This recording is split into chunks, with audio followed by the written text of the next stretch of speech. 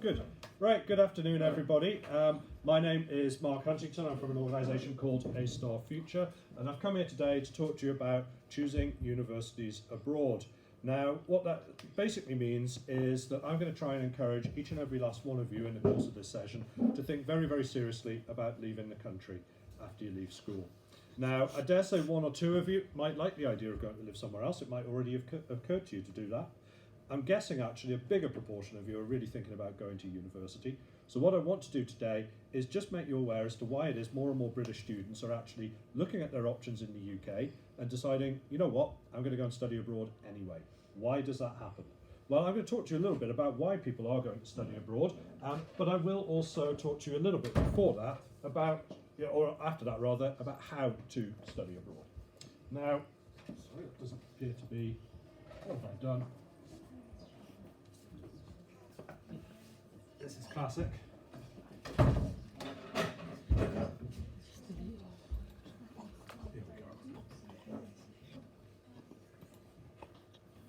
go. Okay, so why should you really study abroad? Sorry about that. Basically, I encourage people to go and study abroad because abroad is a good thing. Living in another country, experiencing life somewhere else is something that can shape your future tremendously. So I'd encourage all of you to go abroad at some point, preferably earlier in your life rather than later. Now, there are many ways you can do this: gap years, volunteering abroad, maybe you're thinking about travelling for a while, but I do believe that university is one of the best ways for you to get this experience, for the simple reason that it's a relatively safe and structured way for you to be able to get on with your education and or get on with your life through the method of education. And also I do believe that universities are very well placed to enable you to develop certain skills and attributes to succeed in life, particularly those which rely on an international context, for example. And to give you a couple of examples of what I mean by this, on a personal level, we find that students actually respond to this tremendously and think that it is, a great transformation, if you like, or can be quite a transformational experience. Karen here, for example, she puts it very neatly when she says, I was the shyest, least confident girl ever, and I've grown so much and become someone I really do not feel like I would have if I'd stayed in England and gone to university there. Aideen looks at this from a slightly different perspective. She's talking less about the impact on her as an individual and more about the environment in which she found herself. Because obviously if you're going to go abroad, lots of things are going to be different. The places you go, first and foremost, the things that you do when you were there, but probably more exciting than either of those, the people you meet will be different as well.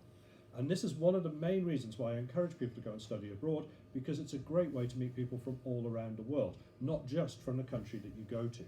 So say, for example, you were to go to an American university, the chances are you would have friends and classmates from China, India, Argentina, Germany, Russia, just as much as you would from the USA. So it's a tremendously international experience, and that is a great way for you to learn about different cultures and to interact and embrace them, I suppose. But building on that as a personally enriching reason is this. When you're coming to go into the job market, how is international experience going to help you? Well, I don't think it's necessarily because of which university you choose. I think it's because of the kind of experiences you will amass through going to study abroad. And one of these experiences, if you like, is working with people from different countries. Google are tremendously keen to hire people who have a strong sense or a strong ability to do that. If you look here on this slide, they say the best students have one thing in common. They love learning with, and more importantly, from each other. At Google, we refer to this new type of talent as having cultural intelligence. And this is basically about having a thirst to learn from people who are not like you, your friends and fellow classmates, in other words. So students actually often report to us that when they go to university abroad, they feel like they learn as much, if not more, from the people sat next to them as they do from the person at the front who's supposedly responsible for the teaching. And this is, of course, because people from different backgrounds and different cultures have different points of view, different values. They've been brought up differently. And having a class discussion with people like that, rather than a class discussion with people who are basically just the same as you, can go off in some weird and wonderful directions. Not all of them are comfortable. Learning how to deal with that, however, is a hugely important life skill. Because, of course, most workplaces these days are very international. They need people who understand and who can deal with difference. People who can deal with it sensibly and maturely rather than getting all freaked out and worrying about it. And if you can demonstrate that you've done that, or you know what this is all about, I would suggest you're in a far better position in the job market than if you just stay in one place in your little bubble and you don't really have a clue about any of this. Another reason why we encourage people to go abroad to perhaps enhance their employment prospects is to do with languages. Now here in this country, this is a bit of a reason people don't want to hear about. But I firmly believe that without languages, you might find yourself being left behind in life, but also in your career. Now, obviously, you do have one major advantage in the sense that you speak English. There are, loads and loads of places around the world now where you can study in English, not just in English-speaking countries. So you might have thought that when I came here today to talk about studying abroad, because you only speak English probably, you might have thought I was only going to talk about the US, Canada and places like that. Well, I am, but also you've got a load of options in Europe and some in Asia now taught in English. So the language barrier is not an absolute. It's not as big as it used to be. You can now go to a foreign country, study in English, and learn the local language while you were there. Which you might think on the one hand means there's even less reason to learn another language, but absolutely that's not true. Because even here in this country, I would suggest that the job market isn't entirely English speaking. There are plenty of opportunities out there for linguists, and when you bear in mind that most people who speak English these days, who can communicate in English, are actually using it as their second or their third or their fifth or their 10th language, they can speak other languages too. And if employers can hire them, then why would they hire you? So I always think an investment of time and effort in learning a language is a good idea, and it's definitely never too late for you to do this. And definitely, please don't, whatever you do, think, oh, I'm no good at this at GCSE, I can't ever do this in my life. I am living proof that that is not true. But anyway, I would like to now come on to the ways in which you choose universities. Now, I'm going to break my advice to you here down into 3 separate categories. There are some ways in which I would encourage you to look at universities abroad exactly the same way as you look at universities here. And then there are some ways in which you just can't do that because things are a little bit different. You all know that not every British university is the same. They can differ in some weird and wonderful ways. And when you start looking at universities abroad, they're even more weird and even more wonderful. And then there are some factors which are just so different that your life's going to be completely different if you go there, and they're going to probably make your life a little bit harder. But I'll come on to the difficult stuff a bit later on. For now, I would encourage you to look at universities abroad the same way as you do universities here. And that means that ordinarily, I will contradict myself in a moment, but ordinarily, the single best piece of advice I can offer you is make sure you choose a university that's right for the particular subject you want to study. It's no good going to a university just because it's local or it's top of some league table or your parents like it. It has to be right for what you want to do. So when you start looking at universities abroad with that as your first filter, if you like, the very first issue you're going to come up against is one of availability. Not everything is offered everywhere. Even in other English-speaking countries, you won't find exactly the same range of degrees as you would do here. Say you want to study sport in the USA. Well, you can, but it's very, very different from here. Say you want to study criminology anywhere. Not really. I'm not aware of any universities that teach criminology. I can put you on a pathway to becoming a criminologist, but it doesn't involve studying criminology. Then if you start looking for degrees that are taught in English in Europe and in Asia, it's possible, but your research might be a little bit tricky because the websites are not always clear on this. And that's where our own A Star Future website comes into play. Because every year we go through all the universities in Europe and in parts of Asia as well, although that's usually only Japan and Korea for now, and we look at what's actually available to you in the English language. And if we're satisfied that you can get in without knowing another language, we will list it on our website. So you can go there, have a look at what is available.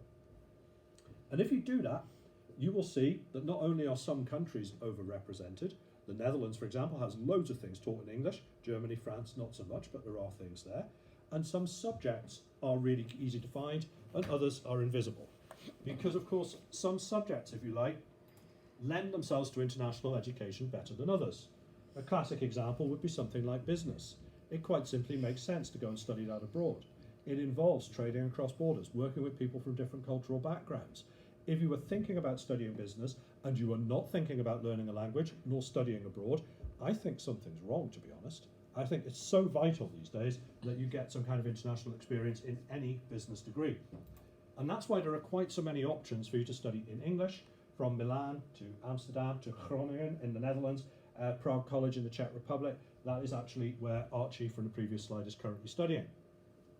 So business is an obvious example of a global subject. But there are also some other emerging ones, things which I believe will become more important perhaps in your working lives than they have been in mine so far.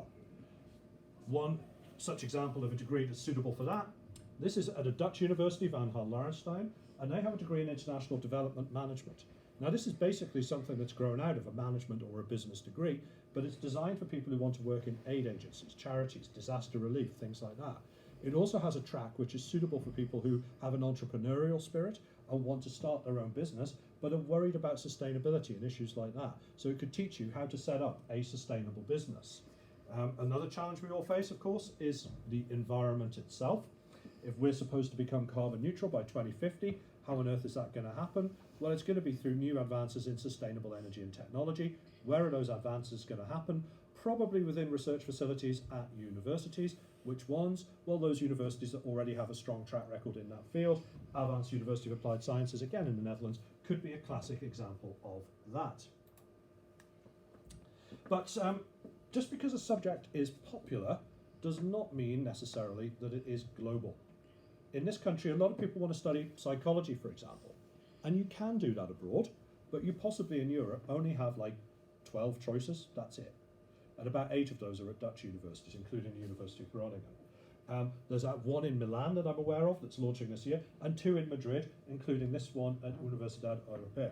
So you've got good options for psychology in Spain and Netherlands and Europe in general, but you don't have many of them. Okay, so just don't be surprised if you're finding thousands of business degrees and only 10 psychology ones. That happens a lot.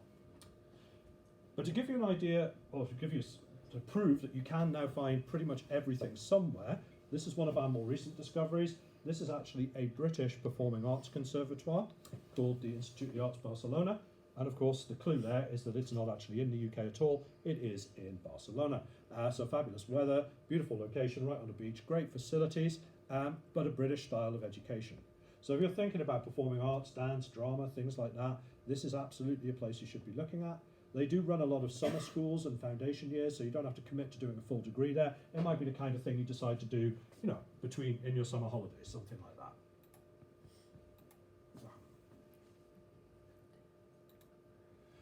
But then sometimes your choice of subject is a motivator factor that's not entirely positive. Let's put it that way. Sometimes you're going to end up going to a university abroad because maybe you're not going to get in here.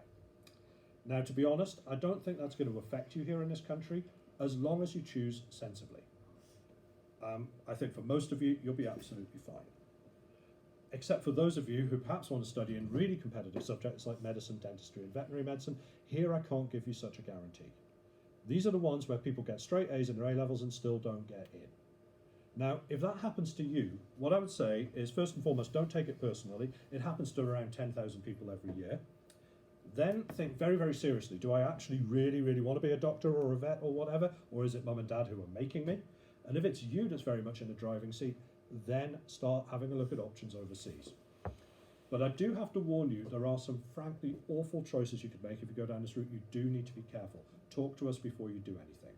We work with a very, very limited range of medical, dental and veterinary schools, and this is not just because they're easier to get in, they're not, but they are the ones where you stand a very good chance of graduating and also enjoying yourself while you were abroad for 6-7 years of your life.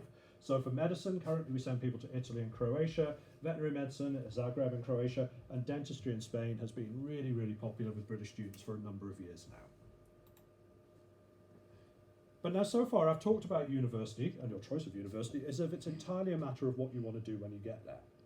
But sometimes your choice of subject really doesn't matter at all. Because sometimes you're not actually going to go to university to study one thing. You're going to go there instead to study everything, or at least a bit of everything.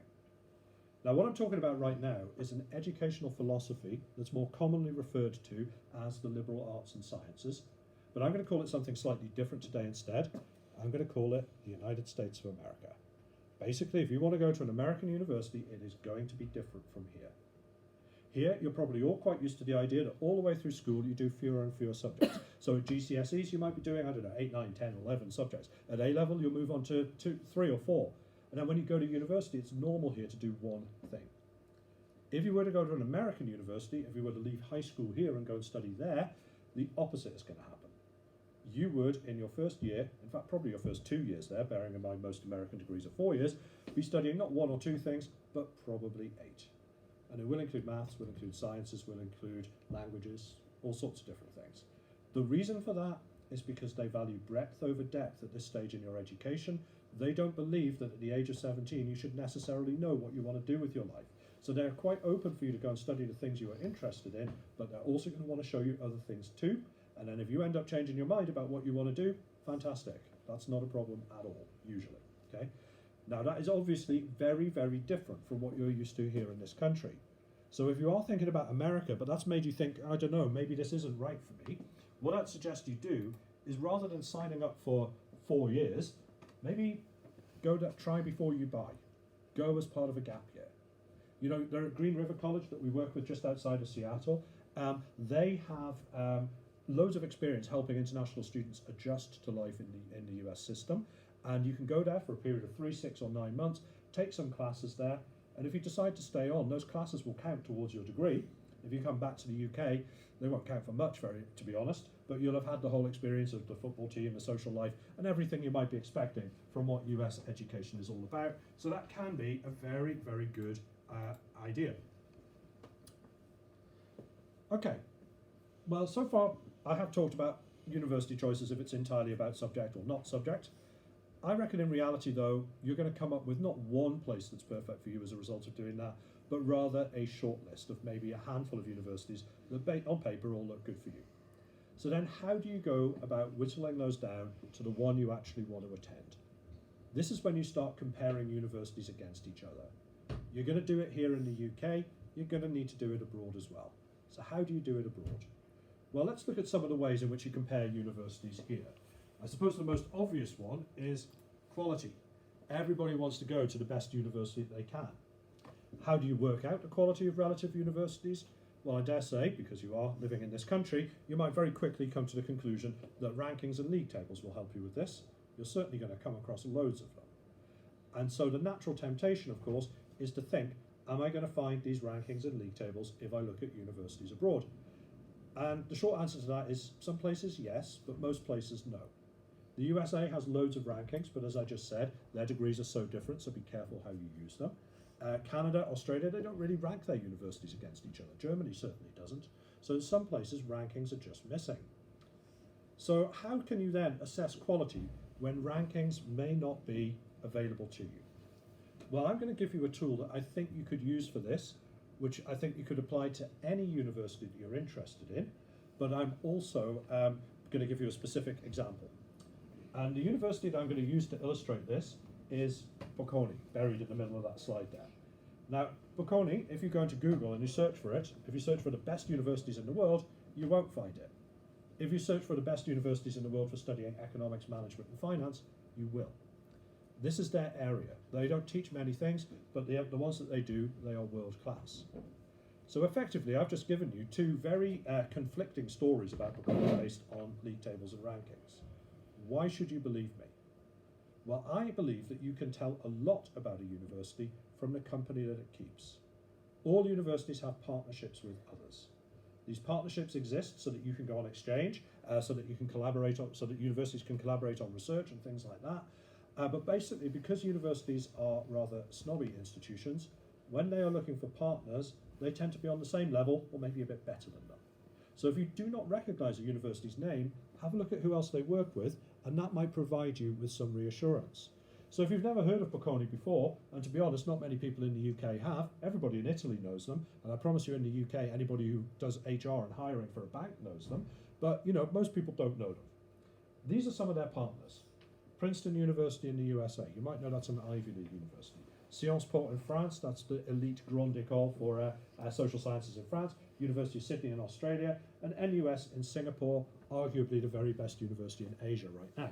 So if these guys are good, Bocconi, probably not bad either. So that's one aspect of what a university is about that you're going to want to try and make a comparison of. But of course there are all sorts of other things. Hopefully you already know that not every British university is the same. Some will be in the city centre, some will be on campuses. Some might teach one way, others a different way. Some might have better student support than others. Maybe you're only interested in universities that have a rowing team or halls of residence on campus, who knows? There are all sorts of different ways to judge universities that will have a major impact on how happy you are while you are there. What is the best way for you to assess universities based on all of that? Well, same advice abroad as applies here. I would suggest go on an open day. Now, I do appreciate that's not always practical, but within Europe, I'd say certainly. You know, most places are as easy to reach as universities in the UK. You have an international airport not far from here, so it isn't that difficult to get out and visit universities in Europe. But I am going to sound a word of caution about open days, because these are obviously opportunities that universities take to, well, sell themselves to you. They are trying to show themselves off from their very best side. So while they cannot guarantee that the sun is going to be shining when you turn up there, they can definitely guarantee that everybody you meet is going to be smiling and happy and telling you what a wonderful decision it was to go and study there.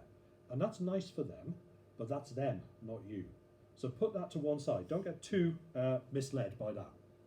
Sometimes we do find that students sometimes get misled by what I can only describe as irrelevant factors when they go on open days. And to give you an example of what I mean by this, I want to refer to a Spanish university we work with called Universidad Europea. Now, UE has a campus just outside of Madrid, and it's absolutely beautiful. Okay, students go and visit it all the time, and they're like, "Yep, this is absolutely perfect for me." It's so beautiful, in fact, that when Netflix was looking for somewhere to host one of its more recent Spanish language series, Elite, they filmed it on UEM's campus. So I don't know if you have seen it. It is on Netflix here. You can watch it. It is in Spanish, and if you have watched it, you've seen UEM's campus. I believe it's all about rich kids killing each other at school or something like that. I haven't watched it myself. But anyway, in countries where this is popular, UEM gets an endless stream of inquiries from people who just want to go where their favourite TV programme was made. And I'm like, come on, that's not sensible really now, is it? Web class, what's that all about?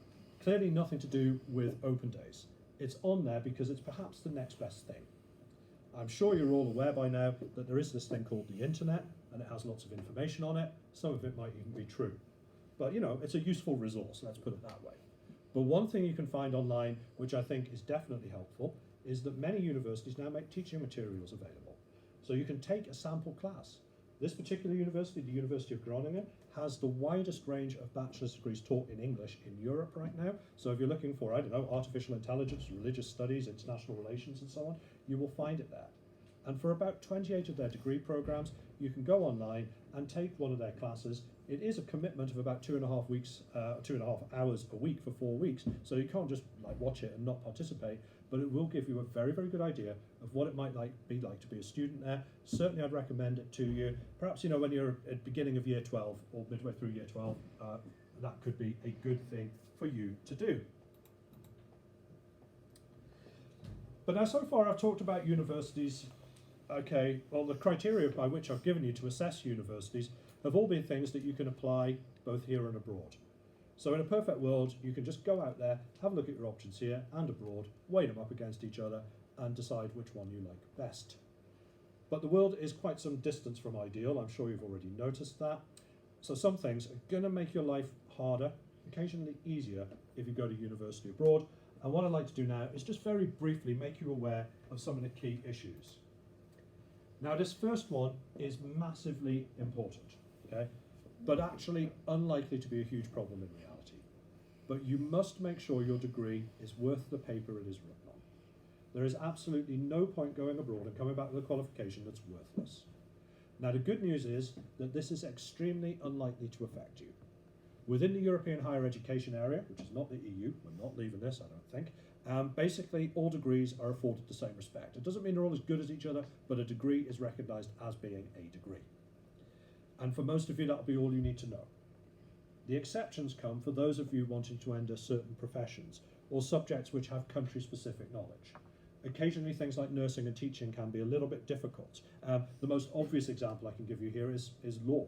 I mean, if you're thinking about studying law abroad, well, it isn't going to be English law you do when you're there, is it? It's going to be probably some kind of international comparative legal degree, which might give you a very, very solid basis for an excellent legal career, but it's going to be different from studying here. So you just need to be aware of that. Things like medicine and dentistry Currently, if you study those within the EU, you're absolutely fine to work here afterwards. And there is actually right now no suggestion that's going to change. Okay, but watch this space. Maybe it will. Now, the next thing that's different abroad is entry requirements.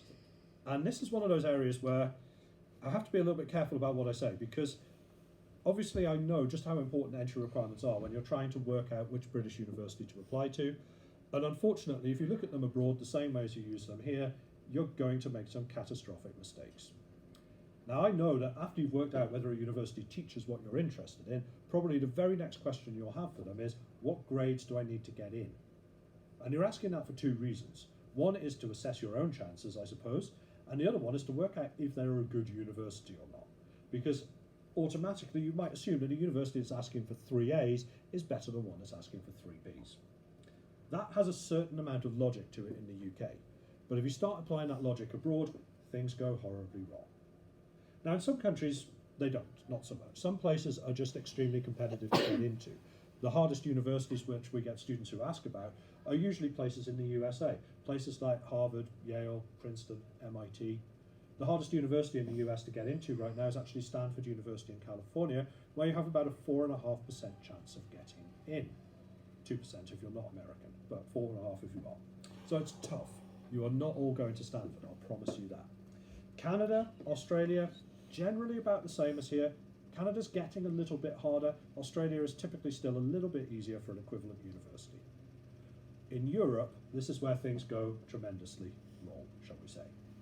Because in most European countries, unless there are restrictions, which there often are in Germany and often are around things like medicine, but usually there aren't. If there are no restrictions, all you actually need to get into a university there is an appropriate high school leaving diploma, which if I translate back into English for you, basically means 3 A-levels.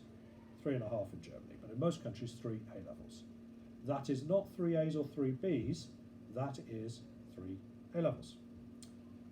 So I could literally get you into one of the top 50 universities in the world with 3 E's in your A-levels. I mean, I'm not going to, but I could. And the reason why I'm not going to is because that is not some fabulous loophole that you should all exploit mercilessly. That is actually evidence of a cultural misunderstanding. And it arises because of the way university admissions work here in this country. Here, quite possibly you already know, but you certainly will come to become more familiar with this. When you apply to universities here, you fill out a UCAS form, and then you press send on that, and it goes off to 5 universities. Then those universities get the opportunity to sit around and judge you and decide if they want to make you an offer or not. They have the freedom to do that. Elsewhere in Europe, that is not legal. If you have the right high school leaving diploma, you have the right to a place at university. They are not allowed to select you before you get there. They can, however, select you after you get there. How do they do that? Well, during the first year, you'll have big, important exams that you have to pass. And if you reach a point where it's obvious to everybody that you're going to fail the first year, they will kick you out, no second chances. So yeah, if you're looking at one of the best universities in the world with 3 E's in your A-levels, probably not going to go very well.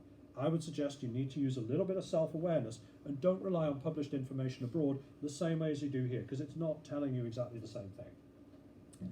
A quick point I will make additionally on subjects, because I'm aware that some of you are not doing your A-levels yet. One subject keeps your options open better than any other at A-level. You can probably guess what I'm about to say next. It's maths. Okay? You probably didn't want to hear that, but it is true that if you're not doing maths A-level, you have ruled out certain places and certain options. I'm not for 1 second suggesting you should do maths if you really don't want to. Just be aware there are consequences if you don't. How do you apply to universities abroad? This is a massively complex area and really quite boring and dull, so I'm not going to go into it in any great detail. I'm just going to say one thing about how you don't apply, and that is you don't apply through UCAS. So this system that we use here in the UK, that's fine for UK universities, but at the same time, possibly a bit later, usually a bit later actually, you can apply to international universities as well. There is nothing to stop you doing both, and I actively encourage you to do both. Because the deadlines are usually a bit later in most European countries, for example, you can actually go all the way through UCAS, see what you get, and then decide, you know what, now I'm going to start looking at my options abroad. This happens very often for like medicine and dentistry. The one country where you really need to think about applying a long way in advance is the United States of America, and that's not because you actually will apply any earlier. I mean, you might, but actually it's because you're starting out with about 4,500 universities to research. Then you've got to figure out, what do I need to get in, because they probably will throw extra tests at you, these SATs and ACTs you might have heard of. And then you're probably also going to want to spend a bit of time figuring out where the money is going to come from, because it's not going to be easy. Now, talking about money, this is obviously different if you go to university abroad. And we are actually in a very, very difficult position right now when it comes to talking about money, because at the moment there are places you can go where it is definitely cheaper for you to study abroad. And if any of you are in year 13 right now, I can promise you that if you go to a Dutch university this year, it will be much cheaper than studying here. Unfortunately, for anybody in year 12 and below, I can't give you the same reassurance. And the reason for that, you've probably guessed, is Brexit. We don't know what that is yet, but the guidelines we have received from some European countries suggests that post-Brexit fees are going to go up. Okay, so you're going to have to watch this space, and unfortunately, if you don't have another EU passport in your back pocket somewhere, yeah, things might just get a little bit more expensive for you. But we don't know any of this for sure. Clearly, Brexit has no impact on the cost of studying in the USA and Japan and places like that. So, you know, but those places are hardly cheaper than studying here. One final point I do want to make about money. This is a really important one, and it's got nothing to do with how much it costs and everything to do with whether or not you can afford to go. Because the most important thing you need to know if you want to go to a university abroad is that the loans and grants you get from Student Finance England do not travel with you. So I can give you a load of information about your options, but I can't give you any money. So you're going to probably have to have a discussion with the bank and mum and dad about that one. Now, I appreciate that makes it very difficult for some people to access these opportunities even when they are cheaper than here. But it is a fact of life, and it's one that you should have to prepare for. But I'd hate for you to be going abroad purely because it is cheaper. I'd far rather you went because it is the right thing for you to do. Vincent here is a classic example of a student who went a few years ago. He says, why stay here? There's a whole world of opportunities out there to explore. So he decided after going to school in Bournemouth, he was going to take off to Milan to do his degree. He graduated about 3 or 4 years ago. Last I heard from him, he was living in Amsterdam working for Tesla. So this worked out for him pretty well. And if you want to know how it might work out for you, what I would encourage you to do as a next step is to fill out one of the inquiry forms that we handed around at the beginning. You should also have bookmarks that will take you to our various websites. My email and Twitter address are there. I suspect that bell just means we've run out of time for questions, but I'm not in an immediate hurry to get off, so if there's anything you want to ask me in the next few minutes, please feel free to do so. Plenty of forms and bookmarks if you didn't get one earlier. Okay, thank you very much. Thank you.